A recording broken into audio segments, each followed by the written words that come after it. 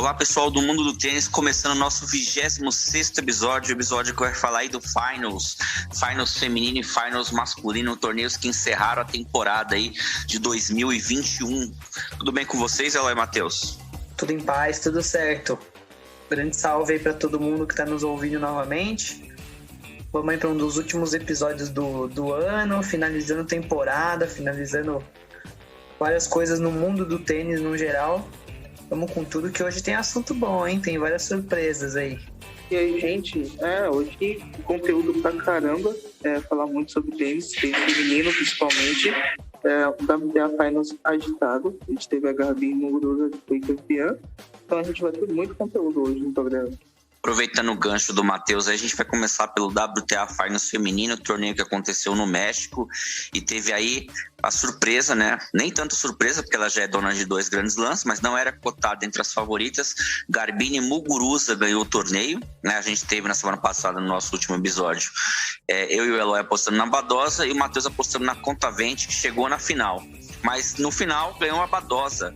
A Badosa que não teve um ano regular, né? Começou bem, depois veio a lesão, mas fez um grande WTA Finals aí, conquistando o maior título dela nessa temporada. Acredito que ela vá forte para o ano de 2022. A Muguruza, ela tem um tênis, uma variação assim que chega a incomodar tenistas como a Barty, a própria número 1 do mundo, e enfrentar tenistas que são mais porradeiras, como a própria Kontaveit aí no jogo dela na final. Então a Muguruza não era tão cotada, mas conseguiu no momento certo crescer e ganhar os jogos importantes e se sagrar campeã. E vocês, gente, o que vocês viram desse torneio feminino aí?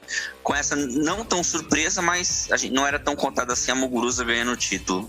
Eu achei surpreendente, mas assim, até por ter acompanhado ali os primeiros jogos na fase de grupo, pelo que as meninas estavam desempenhando, não parecia que a Muguruza ia ser campeã, né? Ela não tava espancando, assim, amassando todo mundo. A Kontaveit estava jogando muito mais, por exemplo, a própria Badosa estava, né, empolgando um pouco mais. A gente chegou a comentar no último episódio da possibilidade da Sakkari, num dia bom, ganhar de alguém ali na semi, na final e, podia levar o título. Eu realmente não acreditava muito na Muguruza. Lógico, é aquela história, você nunca pode ficar duvidando de vencedor de slam, né? Não dá pra colocar que não tem chance. Mas eu achei que foi surpreendente, acho que ela conseguiu ganhar, principalmente a final, numa questão da experiência, sabe? Porque a gente até conversou aqui entre nós, um pouco antes de gravar o episódio, e vale a pena a gente trazer essa mesma informação aqui. E, acho que a Kontaveit sentiu demais a pressão da final. Acho que ela não desempenhou na final o que ela desempenhou todos os outros jogos. Sentiu um pouco a pressão, talvez, né, do título, de chegar num momento ali tão grande, de frente, né, com uma vencedora de slam, cheia de confiança, né, que joga bem regular, bem serena, geralmente, bem na parte mental. Então, eu acho que ela sentiu muito e a Muguruza estava num dia bom e soube lidar, né? Ela soube gerenciar as questões mentais melhor ao longo do torneio todo e estava também desempenhando num nível bom. Então, eu não sei se isso já garante, né, muita coisa para ela no ano que vem, assim, no sentido de, Muguruza ano que vem, então vencedora de slam. Não sei, porque o circuito feminino é tão volátil, né, oscila tanto, que eu acredito que, assim, ela beliscou esse Finals, mas não acho que ela vai ser vencedora de slam no ano que vem. Talvez, no máximo, Roland Garros, mas acho difícil, assim. Não... Mesmo ela vencendo o Finals, eu ainda acho que outras meninas têm desempenhado melhor e estão com mais regularidade. É que o Finals é aquilo, é um torneio atípico, né? Tem até essa possibilidade de perder uma partida ou outra na fase de grupo e mesmo assim classificar. Então, se fosse um torneio, digamos, padrão, um Grand Slam, 2 semanas, já não acho que a Muguruza vai chegar. Mas ela mereceu, ela fez tudo que ela tinha que fazer no Finals, administrou super bem. Mas sinto, né, que a Kontaveit perdeu uma chance aí nessa história. O Matheus concorda. Eu concordo totalmente. Eu acho que a Kontaveit, ela teve oportunidades de fazer muito mais na final do que ela fez. Se mostrou muito nervosa durante a partida. Desde o começo, desde o primeiro game, ela se mostrou nervosa. Foi uma partida bem atípica do que ela tinha feito durante a campanha, ela só teve, por exemplo, 4 breakpoints durante toda a partida. Ou seja, é um número muito pouco. Para você comparar contra a Sakari, na semifinal, ela teve 8 breakpoints, ela venceu 74% dos pontos com o primeiro serviço. Contra a Muguruza, na final, foi bem ruim. Eu acho até que a Muguruza não jogou tudo que sabia, mas só por ela ser mais experiente, e na hora H, ela tem um pouco mais de calma para deixar a Kontaveit errar, foi um dos motivos para ela vencer o título.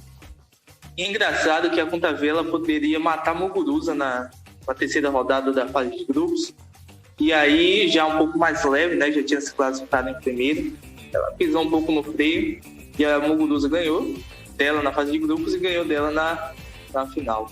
Mas eu achei muito interessante o desempenho da Kontaveit. Uma jogadora que chegou por último, chegou desacreditada, chegou com a 8ª vaga e tudo mais. E demonstrou um ótimo tênis, né? Ela venceu 5 títulos durante a temporada, ou seja, um número bem alto mesmo. E é um jogador que está em crescimento. A Garbiñe Muguruza, aquele negócio.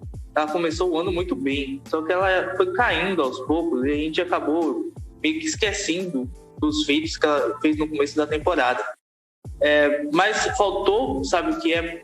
Outras adversárias, como a Karolina Pliskova, como a Bárbara Krejcikova, atuarem um pouco melhor.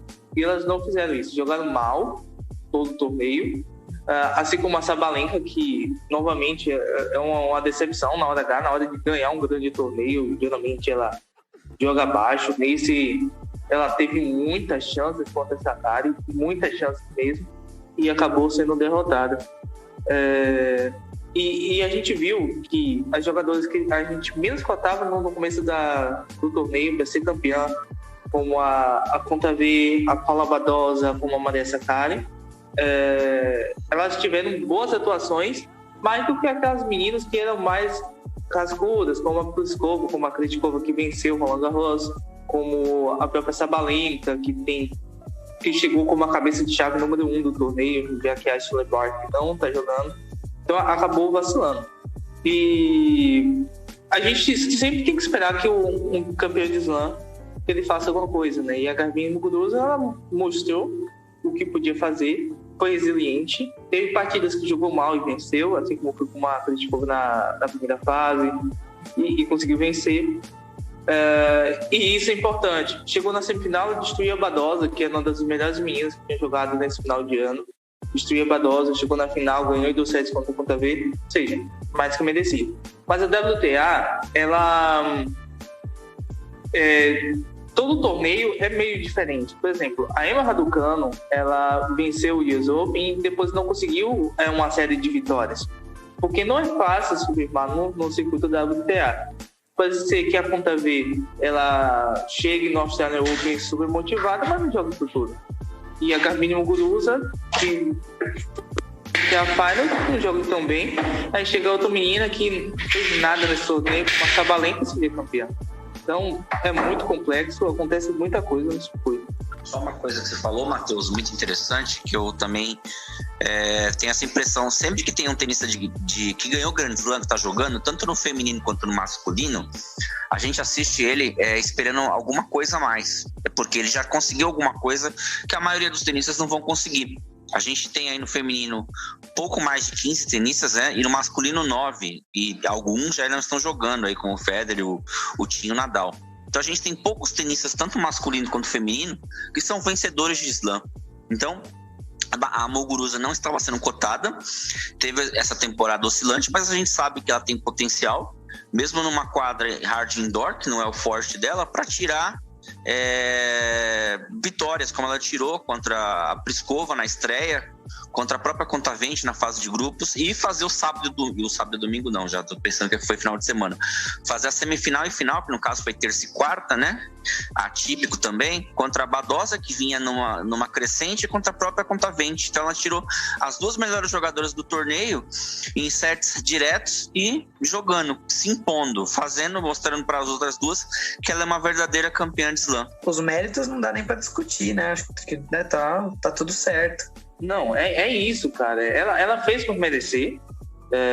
Sabe quando? Porque ela começou com uma derrota muito complicada contra a Pliskova, né? um jogo que estava na mão dela, e ela acabou perdendo. Mas depois, ela conseguiu, mesmo nas dificuldades, ela conseguiu jogar um bom tênis. E aí eu acho que ela teve um pouco de sorte na fase de grupos, que ela pegou uma Conta V que já tinha sido classificada, já estava em primeiro no grupo, então ela não jogou com aquele ritmo mais forte. Você viu quando a Conta V jogou com um ritmo mais forte contra a Pliskova e contra a Krejcikova, ela dominou totalmente. E aí, na hora da final, a questão de experiência pesa muito. Se você for notar para os últimos vencedores do WTA Finals, Ashley Barty, Elina Svitolina, Caroline Wozniacki, Cibulkova, Radwanska e 5 títulos da Serena Williams. Jogadores que são experientes, não são jogadores que chegaram agora no circuito e que ganharam no mesmo ano. Não foi bem assim, foram jogadores experientes. E aí você vê que o Finals, você precisa estar muito concentrado, porque é um torneio que, se você ganhar 3 jogos e ser o líder do seu grupo, você não está garantido em nada na fase final. Uma jogadora que você ganhou na fase de grupo, você pode perder nela na final e a outra ser campeã. Então, experiência conta, e contou muito a favor da Muguruza. Pergunta para vocês dois: vocês acham que ano que vem as tenistas que se destacaram ainda, vou citar as 3. Na Muguruza, porque a Muguruza não muito, porque ela já é vencedora de slam. Vou citar as 2. A Kontaveit e a Badosa estão prontas para ganhar um slam? Olha, por conta de ser o circuito feminino, quem não está pronta? Porque assim, no US Open, quem cravou no início que a Raducanu ia ser campeã? Né? Então, quem cravou lá em Roland Garros, que é o Ostapenko, não estava nem entre as minhas 20 a Raducanu. Então, fazer uma lista. É imoral, né, a tentativa de previsibilidade no feminino. É muito difícil, porque oscila muito, e pode ter muita essa questão mental de que naquela semana tem alguém voando, amassando, é campeã. Né? A gente está mais distante de uma supremacia. Eu acho que a Barty, ela ainda é um degrau acima das outras, de todas as outras hoje em dia. Mas mesmo ela, não dá pra falar que, nossa, vai vencer todos, é muito diferente. Então, né, eu não sei dizer se elas já vão vencer slam logo de cara, mas ao mesmo tempo, lógico que elas podem, justamente por isso, né? Porque tem várias outras tenistas que já venceram slam e eram talvez menos cotadas que elas estão sendo agora. Então, acho que sim, acho que ela poder ganhar, elas podem. Mas é muito mais difícil no feminino.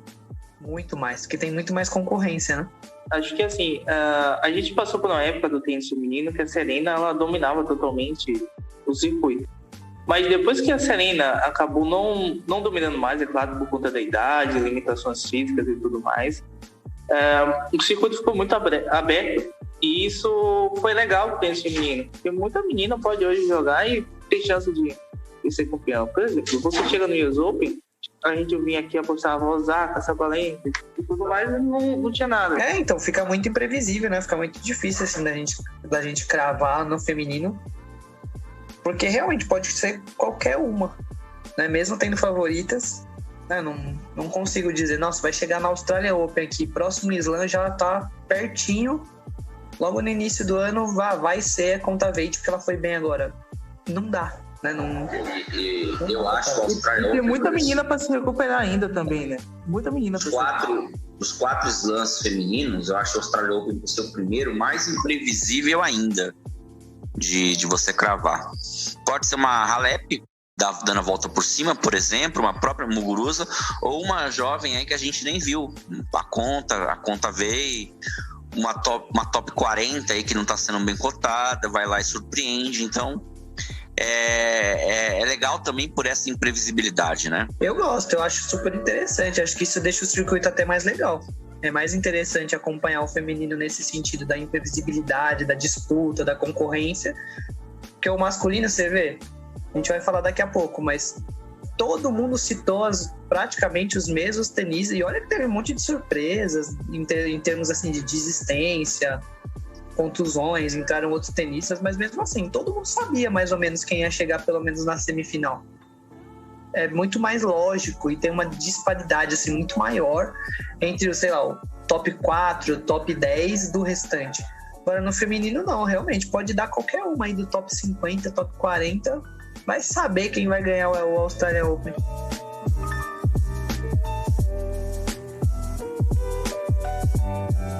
Terminamos aí o Masters 1000, o Finals masculino, com Alexander Zverev vencedor, campeão, né? Zverev pela segunda vez campeão, ganhou em 2018 do Djokovic e ganhou em 2021 agora do Medvedev, dando a volta por cima, não estava entre os cotados eram Djokovic e Medvedev, e ele ganhou dos dois, bateu o número 1 e o número 2 na sequência do torneio, se recuperando aí da derrota pro Alexander Zverev, pro Medvedev na fase de grupos.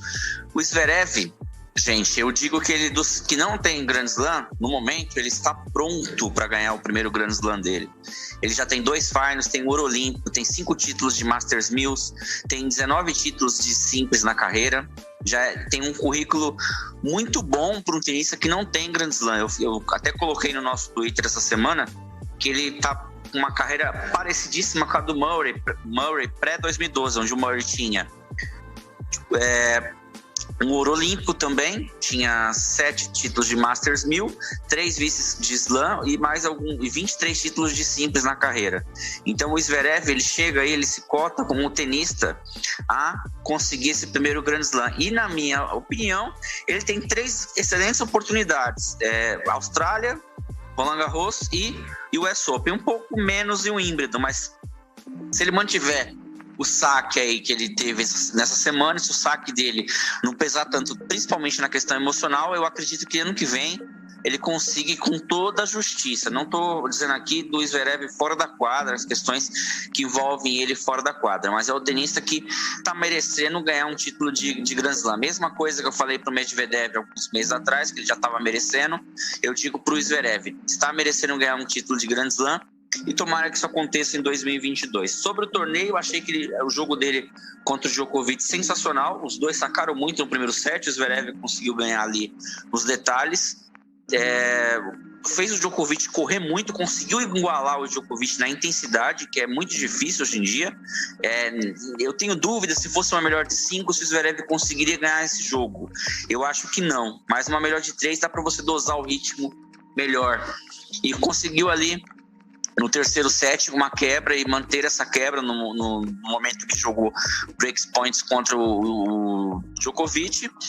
Foi para a final e não teve nenhum break point a favor do Medvedev na final. Jogou muito bem, ganhou em 6-4, 6-4. Então, título merecidíssimo do Zverev. Teve a derrota lá na fase de grupos, que não influenciou em nada. Pegou um chaveamento por conta disso mais difícil na semifinal e final, enfrentando o Djokovic e Medvedev, mas ganhou com méritos aí e conquistou seu segundo Finals. O que vocês viram aí do Finals no torneio masculino? Na verdade, eu acho que o Zverev até não era cogitado, lógico, como o Medvedev e o Djokovic, mas a gente chegou a falar, né, no último episódio, que ele veio de uma outra semana muito boa no torneio que ele fez pré-finals. E que ele veio treinando bem, jogando bem, que ele tá num momento bom. Só que era aquilo, né? A gente sempre fica com um pouquinho de pé atrás, assim, do Zverev por conta disso, né? Sempre na hora que parece que vai embalar, não vai. Alguma coisa acontece, geralmente esta quadra, passa por um momento de oscilação, né? Dá uma pernada durante um tempo e daqui a pouco ele volta. Mas esse ano realmente parece que ele foi mais consistente, um pouco mais sólido. Não deu para ganhar Slam ainda, mas assim, chance ele tem total, principalmente nos torneios de hard. Eu acho que ele é bem capaz assim, de ganhar de qualquer um. Só que o Zverev, né, eu vou falar uma coisa que assim, né, meio na brincadeira, mas vocês vão entender. Para quem acompanha, né, futebol, por exemplo, tem uma coisa que todo mundo fala muito, tem um time copeiro, tem um time que é bom de vencer Copa. Para mim o Zverev é isso no tênis, ele é copeiro. Se deixar chegar é embaçado, entende? Só que não é sempre que vai chegar. Então, né, tem muita brincadeira com o Grêmio, com o Cruzeiro, né, que é time de ganhar Copa. Ganha Copa, mas não ganha campeonato o mais difícil, né? Um campeonato mais longo, que requer mais do que simplesmente ser competitivo ou copeiro num momento curto. E eu acho que o Zverev ainda não venceu o Slam justamente por isso, porque ele vai muito bem nessas questões mais curtas, né? Jogos menores, torneios que a bola tá andando mais, então os jogos duram um pouco menos, a bola andando mais, os pontos também duram um pouco menos, então Eu acho que ele ainda não venceu o Slam muito por conta disso, né? Ele se sente muito confortável nesse tipo de situação, mais copeira. Mas quando precisa de 2 semanas, jogo de 5 sets, manter uma consistência, a mesma intensidade do início ao fim por um tempo bem maior e enfrentando mais dificuldades, e tenistas geralmente não é uma chave mais difícil, pegando tenistas bons contra você do início ao fim, eu acho um pouco mais complicado, mas concordo plenamente que ele tá, assim, 100% pronto. Pra mim, eu já falei isso aqui no podcast, já era pra ele ter vencido aquele US Open, né? Ele deu uma pipocada, uma peidada pro Thiem insana. Porque já era pra ele ter sido, né? Já era pra ele ter vencido o Slam até antes do Medvedev. Mas as chances continuam, né? Eu acho que continua em aberto. Do mesmo jeito, né, que apesar da fase ser horrível, eu acho o Tsitsipas um tenista forte demais no saibro e que pode vencer Roland Garros, por exemplo. Mas no Finals agora, né, até se contundiu, saiu do torneio no momento, deu lugar ao outro tenista, ao Norrie, mas sim, então é a mesma situação, né? A gente fala que vai, mas não vai. Eu acho que o Medvedev ainda é mais sólido nos torneios de hard. O Djokovic também, em qualquer lugar, em qualquer situação, né? O sobrenome do cara é consistência, regularidade. Mas o Zverev, assim, venceu jogando muito, só que num formato que é isso, né? Permite você perder um jogo aqui, permite você ter uma instabilidade em um certo momento, e você precisa jogar muito 2 jogos na semi e na final, né? Então, é complicado, né? Não sei se no Slam vai ser tão igual, mas eu torço muito, porque eu gosto dele, né? Acho que ele é um ótimo tenista, ele tem todas as qualidades e capacidade para isso, mas vamos ver como que ele vai gerenciar essa questão mental aí de jogar Grand Slam. Então o Zverev, ele matou a pau no final de semana, né? Sábado e domingo, ele jogou aquilo que ele deveria jogar mesmo. Foi uma boa atuação contra o Djokovic. Eu acho que foi uma das mais impressionantes dele nos últimos tempos, porque ele se portou como um jogador que queria vencer realmente. Ele se portou da maneira correta. E ele conseguiu vencer o Djokovic. Sabe que o Djokovic é muito difícil de vencer, principalmente por ele ser regular. E ele colocou o que ele queria na partida. O Djokovic, em certos momentos durante o torneio, a gente falou, nossa, o Djokovic vai passar fácil por todo mundo. Mas tem um porém. O Djokovic pegou uma fase de grupos que não foi tão complicada. E aí, quando o cara pega uma fase de grupos que não é tão complicada, ele não é testado da maneira correta. Porque ele pegou o Casper Ruud, Rublev e Camilo Norrie. Norrie já eliminado. Casper Ruud, que não é tão bom na hard, estava fazendo sua estreia. E também o Rublev numa fase que está ruim, né? Então o Djokovic ele não foi testado na primeira fase, e isso talvez tenha pesado para ele para a semifinal contra o Zverev. O Zverev ele foi testado todas as partidas. Um cara que suou um pouco mais para chegar na semifinal, e quando chegou muito bem. Na final, o mais importante de tudo foi ele ter sacado muito bem. E aí, quando você saca muito bem no tênis, você sempre vai passar a responsabilidade para o outro cara que está do outro lado. O Medvedev é um jogador que joga no automático, um cara que faz as coisas de maneira natural. E aí o Zverev sacava bem e jogava pressão para o outro lado. E aí todos os games do Medvedev eram cheios de expectativa. Será se vai acontecer uma quebra? Será se não vai? Porque ele não estava sacando tão bem contra o Zverev, porque estava sendo pressionado o tempo todo. E aí o Zverev, ele conseguiu devolver muito bem. Você via que ele fez algumas devoluções vencedoras e conseguiu se portar, defender muito bem, entrar no jogo do Medvedev. Sabe, o Medvedev, ele geralmente ganha a maioria dos pontos que tem em trocas longas. O Zverev, ele simplesmente entendeu isso e pensou, o que eu posso fazer para que isso não aconteça? E mesmo nos pontos longos, o Zverev se portava muito bem. Isso foi primordial para o título e tudo mais. Então, é um pouco disso, é um pouco do Zverev tá pronto para esses eventos mais curtos, essas copas, como o Eloy mesmo disse, mas também outras questões, como mesmo a aclimatação ao torneio, adaptação e tudo mais. E estratégia, o principal de tudo foi estratégia. quando o Zverev colocou uma estratégia mais para as partidas e conseguir ter mais facilidade para vencer, viu o que o Medvedev estava fazendo e jogou em cima das poucas falhas que o Daniil tinha e pressionou ele o tempo todo. E o título mais que merecido, né? Falando um pouco do Ruud, gente, o Ruud mostrou aí. Lógico, o Matheus até colocou que ele iria lutar bastante para conseguir jogos. Foi um tenista aí. Não sei se ele vai jogar um novo torneio Finals, se ele volta a jogar, acredito que não. Mas chegou na semifinal e fez um grande jogo contra o Rublev e deu ali um calor no primeiro set contra o Djokovic, chegando a quebrar o sérvio e tudo mais. Calando a boca até do Nick Kyrgios, que disse que o Ruud roubou os pontos ali no saibro, né? Eu acho que foi... Eu coloco o Casper Ruud assim, né? Como o tenista do ano lá do Karatsev, no sentido de evolução no ranking e uma grande temporada, né? Entre os tenistas assim que a gente coloca no hall dos normais. O que vocês viram do Casper Ruud aí nesse Finals? Eu gostei bastante. Na verdade, eu acho que sim, que ele tem chance sim de voltar no Finals, de dar mais trabalho, mas acho que é mais assim, não a curto prazo, uma questão um pouco mais longa, um pouco mais longe. Ele é um tenista que eu acho que ele ainda vai crescer um pouco mais, não é o ápice ainda dele, mas é um tenista que ele tem muito futuro. E eu acho que a gente também já comentou aqui, e quase certeza, né? Ele treina na academia do Nadal há muito tempo já. Então ele é um tenista, assim, forjado, né? Pro saibro, né? Escola espanhola. Mas ele joga bem também na hard.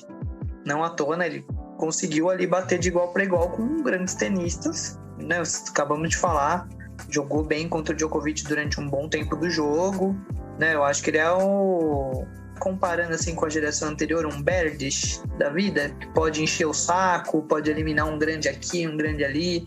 Não vejo ainda muito como um vencedor de slam. Vai competir com Medvedev, Zverev e Tsitsipas. Acho que não. Mas ele é muito, muito bom tenista. Ele vai encher o saco de muita gente. Eu diria, Eloy, que não um Bert, mas um Ferrer, por estar mais moldado ao saibro, né? E sempre tá ali entre os tops, mas não ser um cara de um tênis top. Vai ser apenas um tenista, um guerreiro, né? Em quadra. Não, nesse sentido assim, né? Vai encher muito o saco, ninguém quer jogar contra. E em algumas situações, assim, né, como o próprio Ferrer conseguiu, né, eliminou Nadal de Grand Slam, venceu torneios do saibro contra um monte de gente boa, contra chaves muito mais difíceis até, né, do que muito Master 1000 que a gente vem vendo por aí. Mas é um tenista chato, cascudo, casca grossa, na escola espanhola, sempre de lutadores, de tenista que joga o 110% o tempo inteiro. E é um tenista muito capaz. Ele tem, assim, todos os golpes minimamente bons. Tem uma atitude legal, né? Eu acho que ele vai longe, sim. Talvez, realmente, não nesse esquadrão lá de cima, mas, né, logo abaixo. Eu fiquei muito feliz pelo Casper Ruud. Eu acho que o Casper Ruud, ele chegou muito subestimado no torneio. Todo mundo olhava pro nome do Casper Ruud e meio que fazia piada. Olha, o cara do sérvio tá ali e tudo mais. E no domingo, no primeiro jogo contra o Djokovic, eu acho que foi na segunda-feira, no primeiro jogo contra o Djokovic, eu falei o seguinte, no grupo da gente, do mundo do tênis, no WhatsApp, eu falei que o Casper Ruud ia ser o jogador que mais ia lutar nesse torneio. Ele ia lutar contra um grupo que era difícil, um grupo que tinha o Djokovic, o Rublev, que é um jogador mais adaptável à hard, e tinha até naquele momento o Stefanos, o grego, e eu falei que ele ia lutar bastante, e foi isso que ele fez, de início a fim. Não é um cara que tem nível de top 5, o Ruud não tem isso, principalmente na hard. Se fosse no saibro, talvez ele tivesse até mais chance de chegar até a final. Mesmo assim eu achava difícil, mas ele lutou, ele colocou aquilo que ele queria em quadra. Claro que foi ajudado pela lesão do grego e do Norrie, que é um jogador que era no nível inferior que ele, o Norrie, mas que também é um lutador. E ele conseguiu uma grande virada sobre o Rublev. E a gente tem que notar que, assim, o Rublev é muito mais jogador de hard que o Casper Ruud. Um jogador que está muito mais acostumado a jogar nesse piso, no hard indoor. Teve um momento aí que o Rublev ganhava vários títulos nessas condições, hard indoor. E ele foi bem e continuou na partida até o final. Teve um momento que ele não estava jogando tão bem e mesmo assim ele fez questão de continuar até o final. E aí aproveitou a chance. Na hora H ele sacou muito bem e venceu a partida. Claro que a gente não esperava muita coisa dele contra o Medvedev na semifinal, até porque o Medvedev é muito mais jogador que ele. O Medvedev e o Djokovic são mais jogadores que todo mundo no circuito atualmente. E jogou melhor. É uma condição que favorecia mais o Medvedev. Eu sei que o Casper Ruud vai crescer muito. Eu acho que algumas derrotas que ele teve no passado, algumas finais de ATP 250, eu acho que mudou um pouco a perspectiva dele. Sabe, de se moldar, de crescer, de batalhar e de saber que ele mesmo é capaz de chegar até mais. Agora você abriu a porteira pro cara, o cara vai longe. Não tem jeito.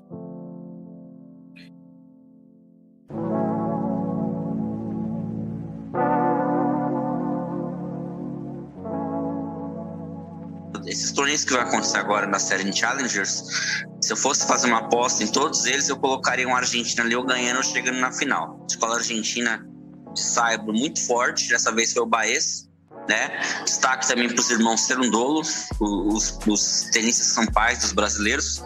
Sempre que um brasileiro enfrenta Cerundolo, dificilmente ganha, né? Mas o Baez dominou o Monteiro chegou bem, fez bons jogos ali, boas recuperações, mas na hora H ali foi dominado pelo Baez, principalmente no primeiro set, onde ele não viu a cor da bolinha. Vocês destacam aí do Challenger de Campinas? Eu queria destacar novamente a questão da escola argentina muito mais forte que a nossa. A gente fala isso há anos, né? Já falamos várias vezes aqui, né, de como alguns tenistas brasileiros que foram treinar na Argentina evoluíram demais. Foi um caso do Monteiro, né, durante um bom período. A escola lá realmente de tênis é muito forte, é mais embasada, assim, né, mais eficaz que a nossa. Mas também destacar que, alguns brasileiros jovens foram bem. Você destacou, né, que o Cerundolo, tem os dois irmãos. O Puccinelli, se eu não me engano, jogou contra um deles e quase venceu. Sacou para fechar set e acabou sendo quebrado. Então, sim, ficamos no quase. O Puccinelli, inclusive, jogando em casa, né? Que ele é de lá. Mas acho que até por uma questão também de experiência um pouco, não foi dessa vez. Mas ainda vejo o Puccinelli como o melhor tenista brasileiro do momento, assim, no profissional, com perspectiva de futuro, eu digo, né? Atualmente, né, o Monteiro é mais tenista que ele ainda, mas eu não vejo mais para onde o Monteiro ir mais do que ele já foi. Mas o Puccinelli ainda tem anos para evoluir, acho que ele vai passar. Pelo que ele tem demonstrado que ele jogou esse ano, eu aposto forte no ano que vem aí, ele já conseguindo beliscar torneios maiores, entrando na chave. Ainda vai ouvir bastante sobre ele. Olha, foi um torneio que foi interessante. Eu acho que deu a lógica. O Sebastián Baez, para mim, era o melhor nome do torneio. Um jogador jovem, um jogador que chegou na semifinal do Next Gen Finals. Tem muita habilidade, se eu não me engano, chegou até o 5º título dele de Challenger na temporada. E falou sobre a Argentina, tem uma estatística que é interessante. A Argentina teve 44 vencedores de Challengers ou ITF durante a temporada. O segundo maior vencedor, só atrás dos Estados Unidos. E nisso, a Argentina só teve apenas 5 torneios, se você somar ATP, Challenger e ITF durante o ano. Ou seja, você mostra a força da escola tenística da Argentina. E eu queria destacar outro jogador, que foi o Gustavo Eid. O Gustavo Eid chegou nas oitavas de finais do Challenger de Campinas, jogou muito bem, perdeu do Juan Manuel Cerundolo, perder do Cerundolo brasileiro é normal. E ele foi muito bem, se destacou. Eu acho que ele pode fazer muito mais ainda durante a temporada. E o Thiago Monteiro é um guerreiro. E, antes de tudo, queria falar que, assim, tem muita gente que desmoraliza e fala mal do Thiago Monteiro. Tem muita gente que não gosta do tênis dele, ou acha que ele poderia fazer um pouco a mais. Mas a gente tem que ressaltar uma coisa. O Thiago Monteiro é o melhor jogador do Brasil. Mesmo com todas as dificuldades, mesmo com um tênis que não tem tantas formas de jogar assim, mas ele é o número 1. Ele joga com muita garra, muita exposição. Tem horas do jogo que parece que o jogo tá perdido, mesmo assim ele continua na partida. E tem que valorizar um cara que tá aí há tanto tempo como número 1 do Brasil. Se você acha que tem algum outro jogador no Brasil melhor que o Thiago Monteiro, você tem que mostrar, porque não tem. Então vai ter que surgir outros jogadores para mostrar que pode ser melhor do que ele. Enquanto isso, o Thiago Monteiro vai continuar sendo o melhor jogador do Brasil. Desde 2015, o Monteiro tá ali entre os 100, sai e volta entre os 100, que é difícil pra caramba. Estamos falando de mundo, não estamos falando de Brasil. Desde 2015 ele tá ali, número 1, número 2 do Brasil. Sempre forte nos challengers. A gente reclama, fala um pouco da questão da variação e tudo, mas o Monteiro tá ali representando o Brasil e trazendo bons resultados. No próximo episódio a gente vai falar um pouco de fisioterapia, a parte médica, fisiológica do tênis, que é um assunto muito interessante. Como o tenista se recupera das lesões, como é que eles previnem as lesões, por que os tenistas de hoje jogam mais do que os tenistas de antigamente em termos de longevidade. A gente vai trazer um convidado muito especial para discutir isso com vocês. Agradecer novamente todo mundo que esteve, né, nos acompanha, nos ouve cada episódio. Agradecer a oportunidade de ter acompanhado um Finals bom, tanto no masculino quanto no feminino. E vamos torcer muito aí pro ano que vem ter mais tênis, com a situação também, né, da pandemia, do coletivo melhorando. Cada vez mais, né, jogos com público, né, um calendário mais recheado, mais completo do tênis, tudo, né, as coisas voltando ao normal. Vamos torcer muito para isso.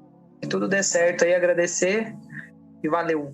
Queria dar um recadinho final. A Laura Pigossi, ela entrou dentro do top 200. Embora o Brasil tenha 2 jogadoras entre as 200 do mundo, e é a primeira vez em 34 anos que as jogadoras femininas têm melhores rankings do que os jogadores masculinos do Brasil. Já que a Luísa Stephanie é top 10, a Beatriz Haddad é top 100 da WTA, e agora a Laura Pigossi dentro do top 200. Ou seja, o tênis feminino brasileiro está crescendo. E a gente tem muito mais para falar ainda pela frente. Espero que 2022 seja massa, mas ainda assim a gente ainda tem 2021 com alguns torneios challenges aqui no Brasil para animar, e muito mais informação no Mundo do Tênis Podcast. Muito bem, gente. A gente volta no próximo torneio falando então da parte fisiológica do tênis, tá? Um grande abraço, tchau.